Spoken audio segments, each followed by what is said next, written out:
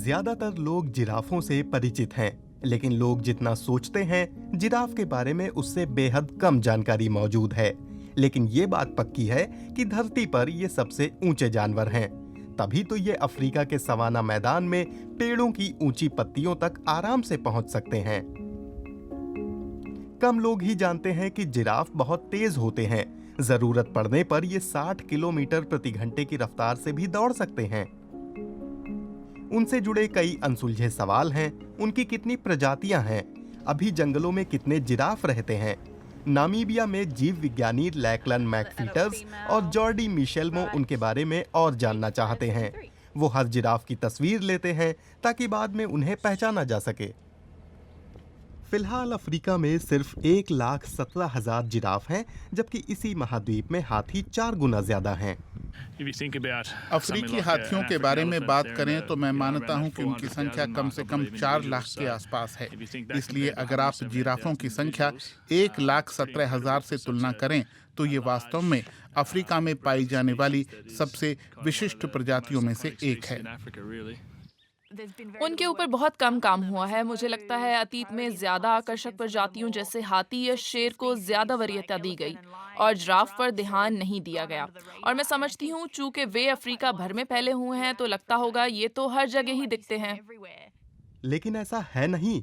उनके बसेरों को बहुत नुकसान हुआ है। इसकी एक वजह जलवायु परिवर्तन है तो दूसरी इंसान बस्तियों या खेती के लिए जंगल साफ कर रहे हैं। पिछले 30 सालों में इन सुंदर जानवरों की संख्या में 1/3 की गिरावट आई है। नदियों में कचरा जाने की वजह से उनका पीने का पानी खतरे में पड़ रहा है। जब कोविड के चलते पर्यटक घटे तो इन गाइड्स ने कचरा बीनना शुरू किया। इससे जिराफों को फायदा होगा। नामीबिया में इनके संरक्षण का पुराना इतिहास है। मैं आपको बुशमैन के बारे में थोड़ा और बताता हूँ। वे कभी जिराफों को नहीं मारते थे। यहाँ तक कि अपनी शिकार के दौरान भी वे जिराफों को नहीं मारते थे, क्योंकि वे मानते थे कि यह सबसे ऊंचा जानवर है और इसे मारेंगे तो वे अपने पुरखों से बातचीत का जरिया खत्म कर देंगे। एक समय इसे पवित्र जगह माना जाता था। 3000 साल पुरानी गुफा की कलाकृतियां साबित करती हैं कि यहाँ रहने वाले लोगों के लिए जिराफ कितने महत्वपूर्ण थे। उन्हें जीवनदायी माना जाता था। वे जिराफों के बारे में मानते थे कि वे अपनी गर्दन को और लंबा करके बादलों को छू सकते हैं और बारिश करा सकते हैं। और अच्छी बारिश का मतलब है उनके लिए अच्छा और खुशहाल साल। पश्चिमी और मध्य अफ्रीका में अब भी जिराफों पर खतरा मंडरा रहा है, लेकिन नामीबिया और उसके पड़ोसी देशों में उनकी संख्या बढ़ रही है। वे 30,000 से बढ़कर करीब 50,000 हो चुके हैं। ऐसा इसलिए क्योंकि यहाँ के नेशनल पार्क में ये बेहतर तरह से संरक्षित हैं। ये नामीबिया की राजधानी विंडहोक के पास डान विजोवन गेम रिजर्व है। आज चिल्ड्रन होम के बच्चे असली जिराफ की पहली झलक देखने आए हैं। जिराफ की इस तरह की खोपड़ी बहुत भारी होती है।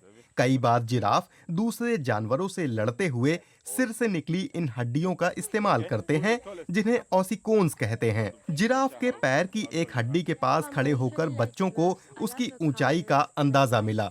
ये मेरी तरह लंबा है, मैं भी लंबी हूँ। ये बहुत मजबूत है। जिराफ की लात बहुत ताकतवर होती है।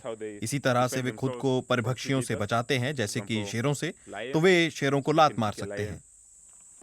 आज शायद इन बच्चों को आसानी से जिराफ नहीं दिखेगा। वो शर्मीले होते हैं। हालांकि इस कछुए को पकड़ना मुश्किल नहीं है।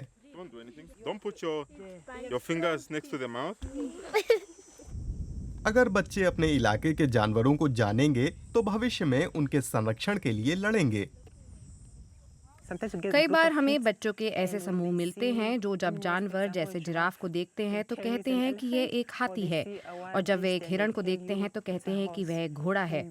और यह चौंकाने वाली बात होती है क्योंकि हमारे देश में इतने सारे जीव जंतु हैं, और इसीलिए यह कार्यक्रम इन बच्चों की जिंदगी में बदलाव लाता है।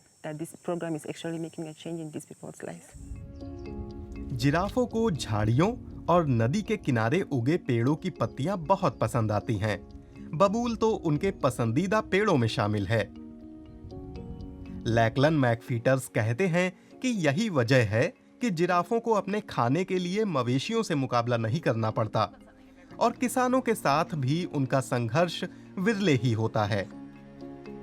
अब तक वैज्ञानिक उत्तरी नामीबिया में 450 जिराफों की गिनती कर चुके हैं और ये सुंदर जीव बचे रहें, ये सुनिश्चित करने के लिए हर संभव कोशिश हो रही है।